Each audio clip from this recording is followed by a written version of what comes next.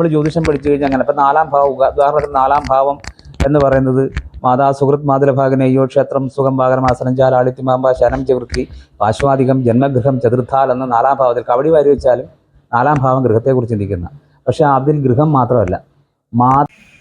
അപ്പോൾ എല്ലാവർക്കും നമസ്കാരം. ഇന്ന് ഞാൻ പരിചയപ്പെടുത്തുന്നത് ഒരു വാസ്തുശാസ്ത്ര പണ്ഡിതനെയാണ്. എല്ലാവർക്കും ഗുണം ചെയ്യുന്നൊരു വീഡിയോ ആണ്. തീർച്ചയായിട്ടും വീഡിയോ മുഴുവനായി കാണുക. ഏവർക്കും ഗുണം ചെയ്യപ്പെടുന്ന ഒരു വീഡിയോ ആണ്. നമുക്ക് പരിചയപ്പെടാം. എൻ്റെ സ്വദേശം പുറക്കാടാണ്. എല്ലാം അദ്ദേഹം വ്യക്തമായി പറഞ്ഞു തരും. നമുക്കെല്ലാവർക്കും ഗുണമുണ്ടാകുന്ന കാര്യങ്ങളാണ്. തുടർച്ചയായി ഇനി അദ്ദേഹത്തിൻ്റെ എപ്പിസോഡുകൾ ഉണ്ടാകും. തീർച്ചയായും വീഡിയോ കാണണം, ലൈക്ക് ചെയ്യണം, ഷെയർ ചെയ്യണം. ഓക്കെ, ശരിയെന്ന്. എൻ്റെ പേര് ജയദേവൻ. എൻ്റെ വീട് പുറക്കാട് SNM ഹയർ സ്കൂളിൻ്റെ അടുത്തായിട്ടാണ്. എൻ്റെ നേരെ കിഴക്കുവശത്തായിട്ട് വരും. 2001 വാസ്തുശാസ്ത്രത്തിൽ ഞാൻ ബിരുദമെടുത്തിട്ടുണ്ട്. കൂടാതെ ജ്യോതിഷവും പെൻഡുലം ശാസ്ത്രത്തിലും സർട്ടിഫിക്കറ്റുകളുണ്ട്. ആസ്ട്രോ ഹീലിംഗും പഠിച്ചിട്ടുണ്ട്. എന്താണ് നമ്മുടെ വാസ്തുശാസ്ത്രത്തെക്കുറിച്ച് ചേട്ടന് പറയാനുള്ള കാര്യം എന്താണ്? ഒന്ന് വിശദീകരിക്കാമോ? വാസ്തുശാസ്ത്രം എന്ന് പറഞ്ഞു കഴിഞ്ഞാൽ ഇപ്പം നമുക്ക് ഇന്ന ഒരു മതത്തിലേക്കോ ഇല്ല ഒരു വ്യക്തികൾക്ക് വേണ്ടിയിട്ട് മാത്രമുള്ളതല്ല. വാസ്തുശാസ്ത്രം എന്ന് പറഞ്ഞാൽ ഒന്നേ ഉള്ളൂ. അത് എല്ലാ മതജാതി എല്ലാവർക്കും ഒരേപോലെ തന്നെ നിർബന്ധമാക്കേണ്ടതായിട്ടുള്ള ഒരു കാര്യം. ഇതിൽ വിശ്വാസമുള്ളവരുണ്ട്, വിശ്വാസം ഇല്ലാത്തവരുണ്ട്.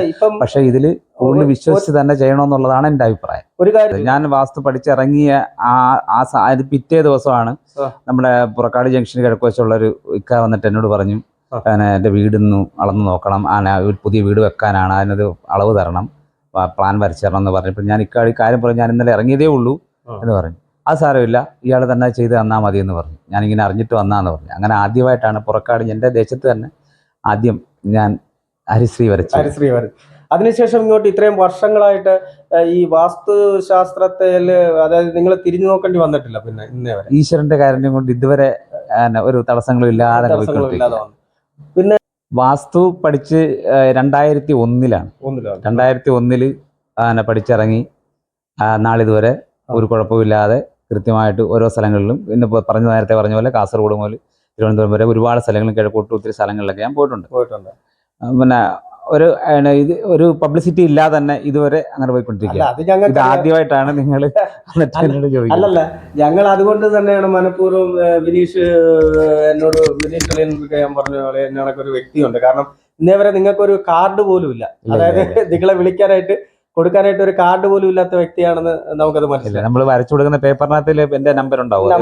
അത് മാത്രം കൊണ്ടാണ് ഈ നമ്മുടെ കേരളം മുഴുവനും എല്ലാ സ്ഥലങ്ങളിലും പോയിക്കൊണ്ടിരിക്കുന്നത്. ഈ വാസ്തുശാസ്ത്രം അല്ലാതെ തന്നെ നിങ്ങൾ ജ്യോതിഷൻ ആണെന്നുള്ള ഒരു അറിവ് കിട്ടിയിട്ടുണ്ട്. പഠിച്ചിട്ടുണ്ട്. ജ്യോതിഷഭൂഷണമുണ്ട്. പിന്നെ അതേപോലെ പെൻഡുലം ശാസ്ത്ര ഭൂഷണമുണ്ട്. പിന്നെ വേറെന്തോ ഒരു ഇത് കൂടെ ഉണ്ടല്ലോ, ആസ്ട്രോ ഹീലിംഗ് എന്ന് പറയുന്ന ഒരു സംഭവം. അപ്പൊ ഒത്തിരി അനുഭവങ്ങൾ ഉണ്ടായിട്ടുണ്ട്. ഒത്തിരി അനുഭവങ്ങൾ നമ്മൾ ഈ വാസ്തു സംബന്ധമായ പ്രശ്നങ്ങൾ എന്ന് പറഞ്ഞാൽ പിന്നെ നേരത്തെ പറയാം, ഞാൻ ഇപ്പൊ കഴിഞ്ഞ ദിവസം ചെങ്ങന്നൂർ ഒരു വീട്ടിൽ പോയതെന്ന് പറഞ്ഞു കഴിഞ്ഞാൽ അവിടുത്തെ അവസ്ഥകളെന്ന് പറഞ്ഞാൽ ഭയാനകമാണ്, കണ്ടു നിൽക്കാൻ പറ്റില്ല. അപ്പം നമുക്ക് ഓരോ പ്രകൃതിയെ നമുക്ക് ശാസ്ത്രത്തിനകത്ത് പഴയ ആചാര്യന്മാർ എഴുതി വെച്ചിരിക്കുന്ന ഓരോ സംഭവങ്ങൾ നമ്മുടെ ഭൂമിയിലുണ്ട്. അപ്പോൾ ആ ഭൂമിയിൽ നമ്മളൊരു ഗൃഹം ചെയ്യുമ്പോൾ ആ ഗൃഹത്തിൽ ഏതൊക്കെ ഭാഗത്ത് ഇന്ന സ്ഥാനങ്ങൾ ഇന്ന ഭാഗങ്ങൾ ഇന്ന സ്ഥാനങ്ങൾ വരണമെന്ന് ആചാര്യന്മാർ എഴുതി വെച്ചേക്കുന്ന, നമ്മളായിട്ട് എഴുതി വെച്ചേക്കുന്നതല്ല.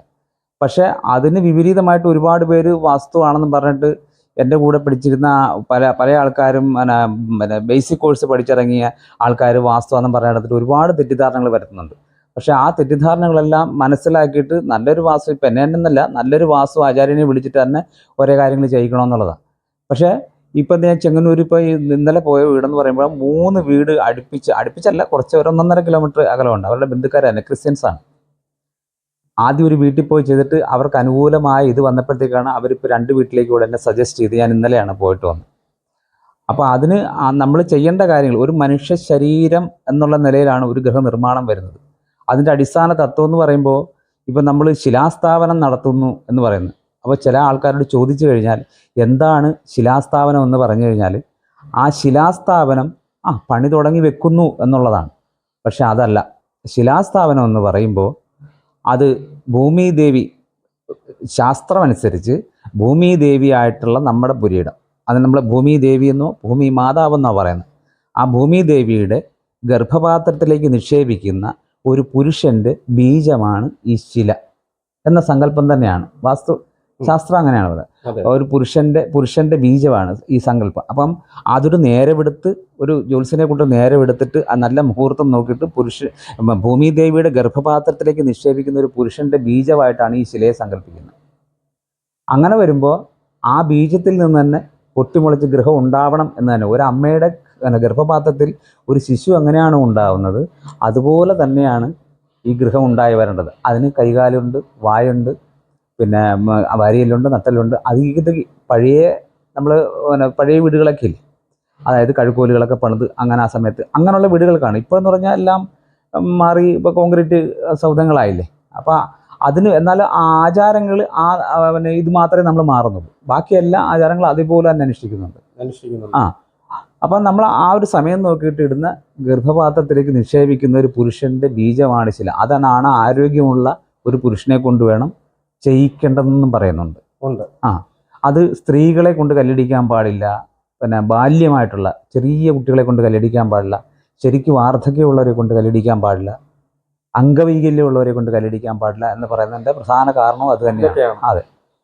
പിന്നെ നിങ്ങൾ പാരമ്പര്യമായിട്ട് നിങ്ങളുടെ പിന്നെ ആചാര്യന്മാരായിട്ട് അതെ അതെ അതെ അതെ പെൻഡുല ശാസ്ത്രം പഠിച്ചിറങ്ങിയ സമയത്ത് ഒരാവേശം ഉണ്ടായിരിക്കുമല്ലോ, പെൻഡുലം എങ്ങനെയാണ് ഏതാണ് എന്നറിയാൻ വേണ്ടിയിട്ട്. അപ്പം പെൻഡുല ശാസ്ത്രത്തെക്കുറിച്ച് പറഞ്ഞാൽ കിണറിൻ്റെ സ്ഥാനം, പിന്നെ ഈ അതായത് നെഗറ്റീവ് എനർജി വരുന്ന സാധനങ്ങൾ നമ്മുടെ വീടുകളിൽ കൊണ്ട് ആൾക്കാരെ നിക്ഷേപിക്കുക, അല്ലെങ്കിൽ അതവിടെ കിടന്ന് കിട്ടുന്ന സാധനങ്ങൾ, അങ്ങനെയൊക്കെയുള്ള സാധനങ്ങൾ, നെഗറ്റീവ് എനർജി കണ്ടുപിടിക്കുന്ന സാധനങ്ങളാണ് ഈ എവിടെയാണ് ഇത് കണ്ടുപിടിക്കുക, അങ്ങനെയുള്ള സംഭവങ്ങളാണ് ഈ നമ്മൾ പെൻഡുല ശാസ്ത്രം കൊണ്ട് ഉദ്ദേശിക്കുന്നത്. അതുകൊണ്ട് ഒരുപാട് കാര്യങ്ങളുണ്ട്. സത്യസന്ധമായിട്ടുള്ളൊരു ജ്യോതിഷം പോലെ ജ്യോതിഷം തന്നെയാണ്. അല്ല, അത് എൻ്റെ അനുഭവത്തിൽ സത്യസന്ധമായ കാര്യങ്ങൾ സത്യമാണത്. കാരണം ഞാൻ അത് ശാസ്ത്രീയപരമായിട്ട് പഠിച്ചത് കൊണ്ടാണ് നമുക്കത് മനസ്സിലാക്കാൻ സാധിച്ചത്. ഇപ്പം ഇന്ന സ്ഥലത്ത് വീടിൻ്റെ ഇന്ന സ്ഥലത്ത് നെഗറ്റീവ് എനർജി ഉണ്ട് എന്ന് പറഞ്ഞു കഴിഞ്ഞാൽ ആ എനർജി കണ്ടുപിടിക്കാൻ ഈ പെൻഡുലത്തിന് കഴിയും. അതവിടുന്ന് ഞാൻ എടുത്തിട്ടുണ്ട്. അതേപോലെ തന്നെ പല സ്ഥലങ്ങളിൽ നിന്നും ഞാനത് എടുത്തിട്ടുണ്ട്. അതെ അതെ. പക്ഷെ അതിന് പിന്നെ ഒരു വീട്ടിൽ ഇതേപോലെ ചെന്നപ്പോഴത്തേക്ക് അവിടെ ഒരു ആറ് പിന്നെ ഇത് നെഗറ്റിവിറ്റി ഉള്ള ഒരു കുപ്പികളും തകിടുകളും എനിക്ക് കിട്ടാനിടയായി. അതിനുശേഷം എനിക്ക് കുറച്ച് സ്വാഭാവികമായിട്ട് എനിക്ക് ശാരീരികമായ പ്രശ്നങ്ങൾ വന്നപ്പോഴത്തേക്ക് പിന്നെ എൻ്റെ ഗുരുനാഥനെ കൊണ്ട് വരുത്തിച്ച് തന്നെ എനിക്ക് അതിൻ്റെ ഹീൽ ചെയ്ത് മാറ്റേണ്ടതായിട്ട് വന്നു. അങ്ങനെ ഒരു ദുരനുഭവം എനിക്ക് ഉണ്ടായിട്ടില്ല. നമ്മൾ ഇത് എടുക്കുമ്പോൾ നമുക്ക് അതിന്റെ നെഗറ്റീവ് എനർജി നമ്മളിലേക്ക് വരും. അതിന് ആ കിടക്കുന്ന സാധനത്തിന് പവർ കൂടുതലാണെങ്കിൽ അത് നമ്മളിലേക്ക് എത്തിച്ചേരും, ഉറപ്പാണ്. അപ്പൊ അതിന് പറയുന്നുണ്ട്, ഇത് നമ്മൾ സെൽഫ് പ്രൊട്ടക്ഷൻ ചെയ്തതിന് ശേഷം, സെൽഫ് പ്രൊട്ടക്ഷന് വേറെ കാര്യങ്ങളുണ്ട്, ക്രിയകളുണ്ട്.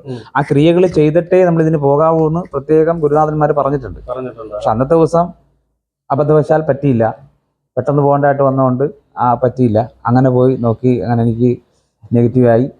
പിന്നെ അതിന് ശേഷമാണ് ഞാൻ ആ പെൻഡുലത്തിൽ കുറച്ച് കുറച്ച് നാളത്തേക്ക് നിർത്തിവെച്ചു.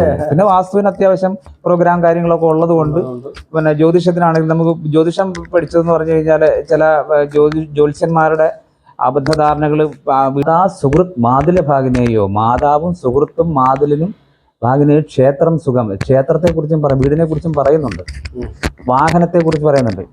അപ്പോൾ ഇത്രയും കാര്യങ്ങൾ ആ 4-ാം ഭാവത്തിൽ പറയുന്നത്. ആ 4-ാം ഭാവത്തിൽ എവിടെയാണ് ഗൃഹത്തെക്കുറിച്ച് പറയുന്നതെന്ന് കൃത്യമായിട്ട് കണ്ടുപിടിക്കാൻ ഒരു ജ്യോത്സ്യന് കഴിയണം. അതാണ് യഥാർത്ഥ ജ്യോത്സ്യൻ എന്ന് പറയുന്നത്. ഇത്രയും കാര്യങ്ങൾ 4-ാം ഭാവത്തിൽ പറയുന്നുണ്ടെങ്കിലും എവിടെ നിന്നാണ് നമുക്ക് ഈ ദോഷം വരുന്നതെന്ന് നമ്മൾ കണ്ടെത്തണം.